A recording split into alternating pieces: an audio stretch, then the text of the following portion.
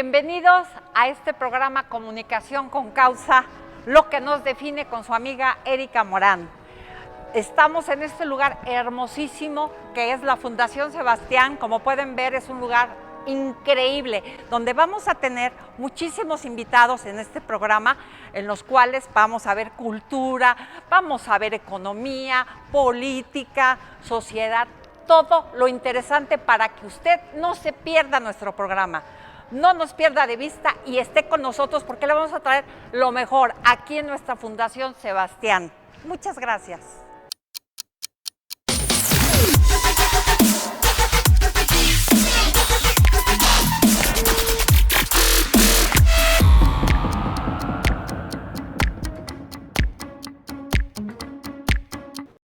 Bienvenidos a este canal de Comunicación con Causa. ¿Qué es lo que nos define? Hoy vamos a explorar la vida de uno de los artistas más contundentes del siglo XX, Pablo Picasso. Nacido en Málaga, España, en 1881, Picasso fue un genio del arte que dejó una huella imborrable en la historia. Desde muy joven mostró un talento extraordinario para el dibujo y la pintura, que lo llevó a estudiar el arte en Barcelona y más tarde en París, la capital de la época. Picasso es conocido por ser el cofundador del cubismo, un movimiento que revolucionó la forma de representar la realidad en el arte. Obras icónicas como Las señoritas de Avignon y El Guernica no solo muestran su maestría técnica, sino también su profundo compromiso social y político. A lo largo de su vida, Picasso experimentó con diversos estilos y técnicas, siempre desafiando las convenciones y empujando los límites de la creatividad. Su legado incluye más de 20,000 obras que abarcan pintura, escultura, cerámica y diseño gráfico. Fernando Vilchis, nuestro invitado de hoy, ¿qué lo define? Es arquitecto con posgrado en economía. Trabajó como ejecutivo en la Casa de Bolsa Inver México en 1987. Fundó la Galería Azul Espacio. Ha sido comunicador en TV, radio y prensa. Coordinador editorial de Premium State, director en la revista OID y ha publicado cuentos y terminó su primera novela. Bienvenido, Fernando. Muchas gracias, Erika. Gracias por esa presentación. Pues mira, es nuestro primer acercamiento, por eso escogí el tema de Picasso, porque él resume, resume toda la producción, todos los momentos del siglo XX. Picasso, además de inventar el cubismo, Picasso inventó el collage, Picasso inventó el performance, inventó el ensamblaje. Digamos, la portada de la revista, del manifiesto surrealista de la revista Minotauro es un collage cuyo trazo principal es un minotauro dibujado por Picasso. Wow. O sea, realmente fue en la obra de Picasso y en su persona, podemos resumir qué pasó en todo el siglo XX, el siglo de las grandes guerras, un siglo terrorífico, ¿no? El siglo de las grandes revoluciones. Entonces Picasso transcurrió todo este siglo viviendo en persona y siendo un protagonista de todos estos momentos trágicos del siglo XX. Eso es lo que quisiera que me platiques, un poco de su historia, de sus amores y sus épocas ahorita, porque no vamos a terminar el programa. Aparte tenemos un fondo musical hermosísimo, como pueden ustedes escuchar.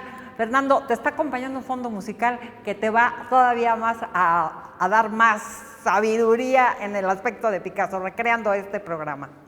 Pues mira, qué bueno que tocas el tema de las mujeres, porque realmente todas las épocas que hemos escuchado de Picasso, que son muchas, su época azul, su época rosa, su época negra, su época de cubismo primitivo, su época del cubismo sintético y al final el cubismo que resolvió los retratos de sus amantes, las mujeres, sus amores, fueron las que determinaron realmente las diferentes épocas. Podemos empezar por Madeleine, a lo mejor. Madeleine fue una mujer que compartió los primeros años de Picasso en París. Era una modelo y al mismo tiempo era como una camarera de hoteles, etc. Picasso la tomó como un emblema de su época azul. De hecho, el primer grabado de Picasso, que se llama El desayuno frugal, esta mujer delgada, alta, de dedos muy alargados, y además en actitudes de tremenda tristeza, de soledad. Esta época tiene la característica de ser colores azules, pero realmente no tiene que ver con el color, sino con la tristeza. Azul en inglés es blue. Claro. Blue significa también triste en inglés, claro, y en francés. Es una época muy triste, de mucha pobreza. Vivía de manera miserable en este edificio famoso en París, se llamaba el Barco Lavadero, el Bateau Lavoir, y la característica es que había muchos artistas españoles viviendo ahí. Era un edificio en ruinas. Ahí vivió Picasso en esta época azul. ¿Esta ya fue cuando estaba en Barcelona viviendo? ¿Ya fue cuando estaba estudiando en Barcelona? No, estaba viviendo, bueno, también ya era París. Toda esta juventud, primero en Barcelona y luego en París. Okay. Hay varios eventos en la juventud de Picasso que marcaron su tristeza, digamos. Primero que nada, la muerte de su hermana Conchita. Hay una anécdota que dice que Picasso le ofreció a Dios, frente a un crucifijo, le ofreció que dejaría los pinceles si salvaba la vida de su hermanita de 5 años. La hermanita murió y entonces Picasso decidió que a partir de ahí se iba a dedicar plenamente a la pintura. Inclusive hay un cuadro, él tenía 14 años, se llama El Diablo entrevistando a Jesús. Es un cuadro muy emblemático por eso, como que Picasso rompe su relación con Jesús porque no le salvó la vida a su hermanita Lola. Y hay muchas razones, hay muchos eventos en la vida de Picasso que oscurecen la persona, o sea, lo destructivo que fue con todas sus parejas. Son muchas mujeres, son 7, muchas personas piensan que son 8 las mujeres con las que él realmente tuvo una relación amorosa, y además duraba largos periodos con ellas. Y otra característica, son mujeres muy talentosas todas ellas, extraordinariamente talentosas. Algunas son escritoras, otras son pintoras, otras son fotógrafas, pero otras son bailarinas de ballet clásico. Pero en todos los casos, las 7 mujeres fueron terriblemente talentosas en sus diferentes campos y dedicándose al arte. Algunas le presentaron, la confrontaron realmente porque eran grandes artistas, y Picasso no podía con esta situación, además de que tenía que estar acompañado, además de la belleza que tuvieron todas, extraordinariamente bellas y muy diferentes unas de otras, y en algunos casos compartió el amor con ambas. Y es un poco el tema del que quisiera yo platicar contigo. Me encanta, y mucha de nuestro público va a querer saber esta historia que muchas veces no está puesta en los libros, sino tú no las vas a definir. Pues mira, después de Madeleine, que es esta mujer delgada, inclusive con Madeleine hay un cuadro, hay otro suicidio terrible. Su mejor amigo, Carlos Casagema, él viaja con Casagemas a París para encontrar dónde se iban a... Tenías que viajar a París si querías ser un artista de influencia, que influenciara. Se van juntos a París y Carlos Casagema, su mejor amigo y colega de andanzas, se enamora de una mujer, de una bailarina, de una mujer de la vida galante, se llamaba Geneviève. Pero Geneviève nunca le hace caso. Casagema está terriblemente enamorado. En una ocasión inclusive Geneviève pasa la noche con Pablo sin tener en consecuencia los sentimientos de su amigo, y a fin de cuentas Carlos Casagemas le ofrece matrimonio, le da un anillo y ofrece casarse con ella. Geneviève se carcajea de Casagemas y Casagemas toma una decisión terrible.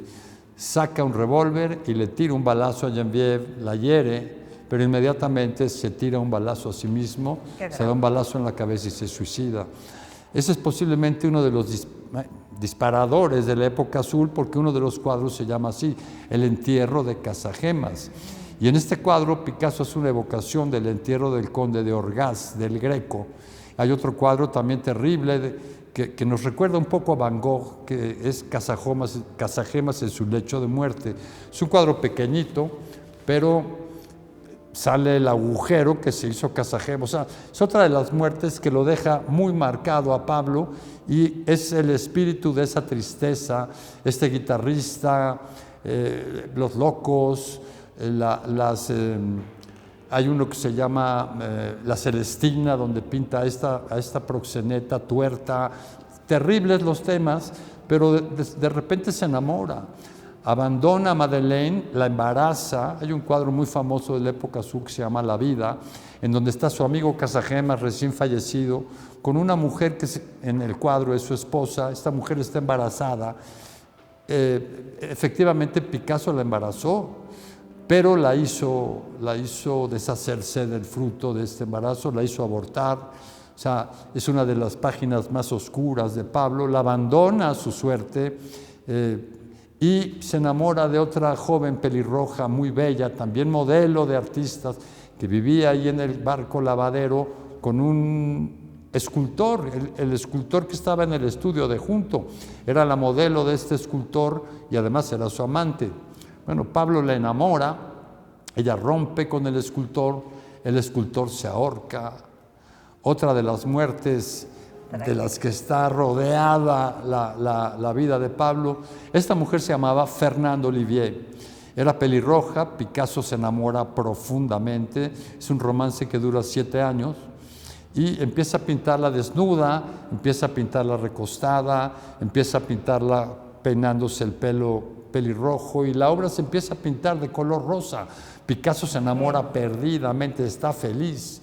Empieza a irle muy bien en su vida como artista, empiezan a visitar los circos, empieza a pintar el paisaje árido de España, y su obra se pinta de rosa, pinta los saltimbanquis, pinta a madres con sus hijos, pinta arlequines, y él se autorretrata con las manos largas, el cuello largo. Es otra de las razones del narcisismo de Picasso. Su padre era un hombre de 1,90 de estatura, era rubio, de barba cerrada, de ojos verdes, de extremidades largas, impecablemente vestido, profesor de la Escuela de Artes.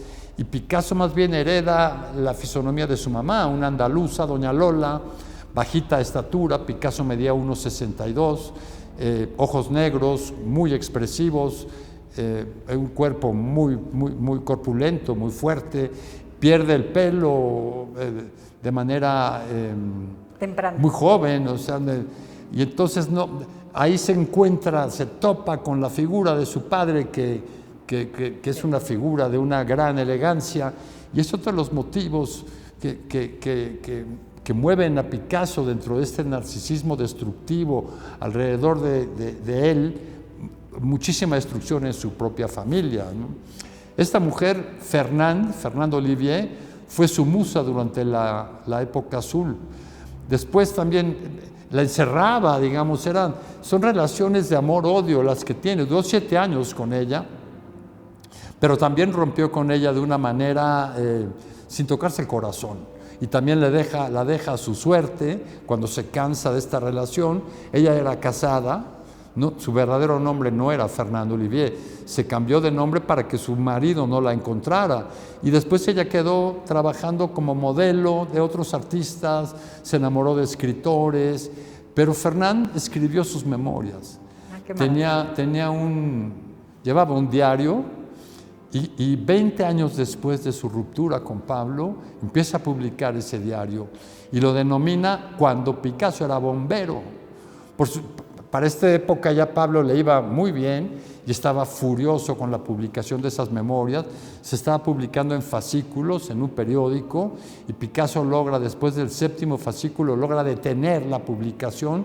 Se van inclusive a los juzgados, hay una demanda de por medio, y llegan a un acuerdo, y Picasso empieza a darle una pensión con tal de que no publicara sus memorias. Esas memorias, a fin de cuentas, fueron publicadas en 1952 con el nombre Cartas de Amor a Pablo. Es un libro muy difícil de conseguir. Yo te confieso que no lo he leído, pero me encantaría leer estos recuerdos. Claro. Y Pablo la tuvo con esta pensión hasta el último día de su vida.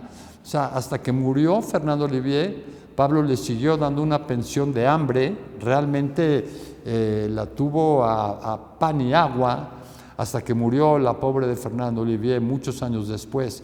Quedó el talento manifestado en esta autobiografía de su relación con Pablo, donde no deja a Pablo muy bien. Y hay varios libros a lo largo de su vida que describen la conducta de Pablo hacia las mujeres. Y después de que rompe con Fernanda, conoce a Eva Güell. Esta mujer, Eva Güell, es la única mujer a quien nunca pintó. Su relación duró 2 años porque Eva murió de fiebre tifoidea. Pablo también se enfermó de tifoidea, pero la que murió fue Eva, muy delgada, muy frágil de salud. Y las únicas referencias en la obra de Pablo que hay sobre Eva Güell es una frase que dejó en varios cuadros cubistas, porque en ese momento, cuando conoce a Eva Güell, también conoce a Braque. Se hace amigo de George Braque y juntos diseñan el cubismo, anterior al cubismo sintético, el cubismo descriptivo, donde empieza a romper de plano con los espacios. Y él y Braque durante 2 años trabajan juntos, inclusive no firmaban los cuadros, porque la teoría que ellos tenían es que no debía de poderse definir quién era el artista que lo hacía, y dejaron a medio mundo haciendo cubismo. Y Pablo dejó el cubismo cuando conoce a su nueva mujer, la bailarina de ballet Olga Koklova.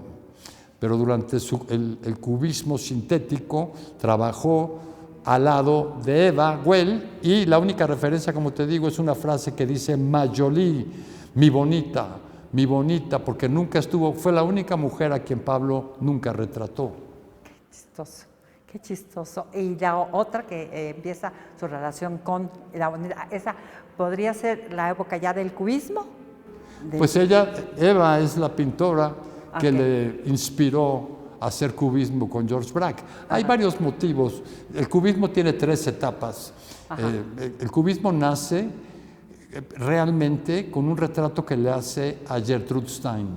Gertrude Stein, esta mujer lesbiana, que era la mecenas de todos los artistas de su época, ella y su hermana Leo Stein, se hicieron retratar por los grandes artistas. Hay un retrato de Modigliani, de Gertrude Stein, y hay uno muy famoso de Matisse.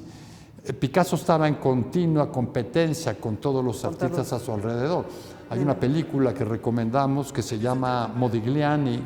Ahí se ve su relación con los pintores de Montmartre. Aparece, por supuesto, Diego Rivera. Diego Rivera en ese momento era el pintor más famoso del mundo. Un tipo de 1,90 de estatura, con una voz y una personalidad gigantesca. Picasso le tenía mucha envidia a Diego Rivera. Y Diego Rivera fue el primer artista a quien el Museo de Arte Moderno de Nueva York le hizo un homenaje en vida. Fue el primer artista expuesto en el Museo de Arte Moderno de Nueva York, antes que Picasso, que Modigliani, que Braque, que Fernand Léger, que todos los que quieras platicar. Pues esta película retrata ese momento tan interesante. La película se llama Modigliani. Modigliani, es la vida de Amadeo Modigliani, de Modigliani, sí, claro. Que un día platicaremos sobre la vida de Modi. Sí, vamos a platicar de varios artistas. Porque es maravillosa también. Y bueno, retrata este momento de Picasso en Montmartre, del que estamos platicando. Ok. Oye, y más o menos la religión, o sea, ya nos platicaste que la religión, o sea, rompe con Dios. ¿Sigue esa ruptura con Dios, Picasso? Pues mira, él creció con una familia, con una madre muy religiosa, ¿no? Exacto. Creció en un momento de enorme tristeza, porque es un momento previo a la Primera Guerra Mundial. Era un momento de gran carestía, fue un momento en el que se dieron las revoluciones terribles, no nada más la mexicana, que fue la primera, sino la Revolución Rusa. Se dio también la Gran Guerra, ¿no? Después del asesinato del archiduque Fernando Francisco. Entonces eran tiempos muy penosos, ¿no? La religión forma parte importante. Como te digo, hubo una ruptura de Picasso con la religión. ¿Y la expresa en su obra o casi no la expresa? Bueno, a lo largo de su vida varias veces volvió al tema, inclusive pintó la crucifixión, ya hacia el final de su vida en un estilo también cubista. haciendo paráfrasis de la pintura de Grunewald, de este pintor alemán expresionista. Sí, claro. Picasso retoma el tema y pues, es parte muy importante en su vida. Él era muy supersticioso, ¿no? Más que religioso, lo que tenía era una gran superstición. Nunca utilizó los servicios bancarios. Hay una nota en un Vanity Fair de hace como unos 10 años que empieza diciendo: el día que Picasso murió, era el hombre más rico del mundo. O sea, ni él mismo sabía lo que tenía. Nunca usó los bancos, tenía las bóvedas, en las bóvedas suizas tenía paquetes, cajas completas, llenas de dinero. Otro de los temas de Picasso era muy poco compartido, era muy codo, diríamos, en un lenguaje coloquial, tenía a sus esposas muy restringidas, inclusive a sus hijos. Solamente tuvo 2 esposas, solamente se casó dos veces. Y la razón también tiene que ver con esta pobreza de espíritu del propio Pablo. Él se casó con Olga Koklova, ya tenía 36 años, cuando muere Eva, y se dedica a la francachela de una forma exagerada. Y de repente conoce a esta mujer, que era una bailarina rusa. Ella pertenecía a la aristocracia, su padre era un mariscal trabajando para el zar Nicolás. Entonces Picasso le pareció que era el mejor momento, además de que era bellísima Olga.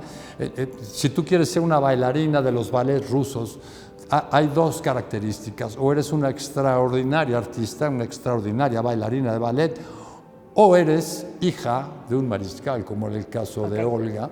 Además era muy bella, era muy buena bailarina, no era la prima ballerina, pero una bailarina secundaria. Y el ballet de Diaghilev la convoca, y en una de sus presentaciones en Roma, la obra se llamaba Parade. Contrata a Diaghilev a Pablo Picasso para hacer el telón de fondo. Es un telón enorme, maravilloso, con un caballo y unos payasos. Pablo hizo no nada más el telón de fondo, sino también, o sea, no solo la escenografía, sino también los trajes y el vestuario. Y ahí conoce a Olga en Roma y se enamora perdidamente de ella. Y duran 7 años también, o sea, se casa con ella por todas las leyes, se casa con ella por el rito ortodoxo.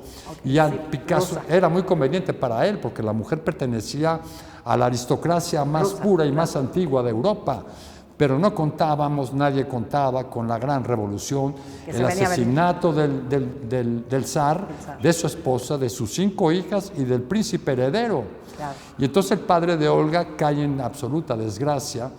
Picasso jamás lo ayudó, más bien se desentendió y tuvo una vida matrimonial bastante adecuada con Olga. Tuvieron un hijo que nació en 1921, que se llamaba Paulo, que también tuvo un final muy trágico.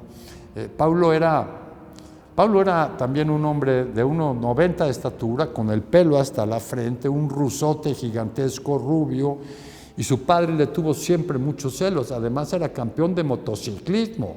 O sea, le salió, y era un niño bastante disoluto, un joven disoluto que estuvo regañado y menospreciado por su padre durante toda su juventud.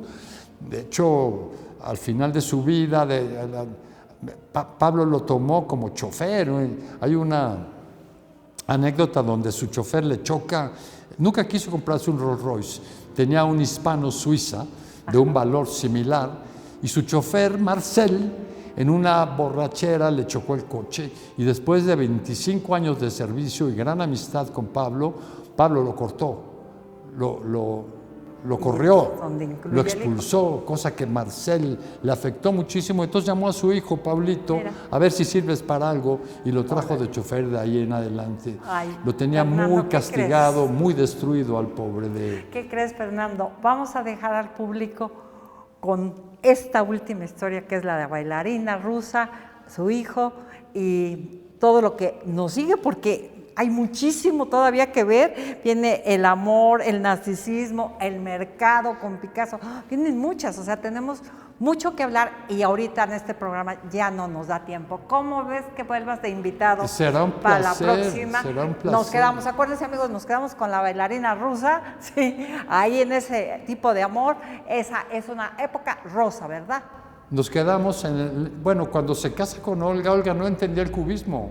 ¿Pero qué época es esa? Él volvió a la época, los críticos la llaman el neoclasicismo. Neoclasicismo. Volvió a la figuración, empezó a pintarla a ella, empezó a pintar a su hijo en una manera neoclásica. Entonces llega el neoclasicismo. Esa es, digamos, su cuarta época y ahí nos quedamos. Ahí nos quedamos, mi querido Fernando. Muchísimas gracias por haber estado con nosotros. La verdad es un acervo cultural muy grande el que tú nos das y a nuestro público que cada vez tiene que aprender más porque es lo que necesita un mexicano y los niños, tener mucho más cultura para nuestro México. Es una delicia platicar contigo. Muchas gracias, Fernando. Hasta luego.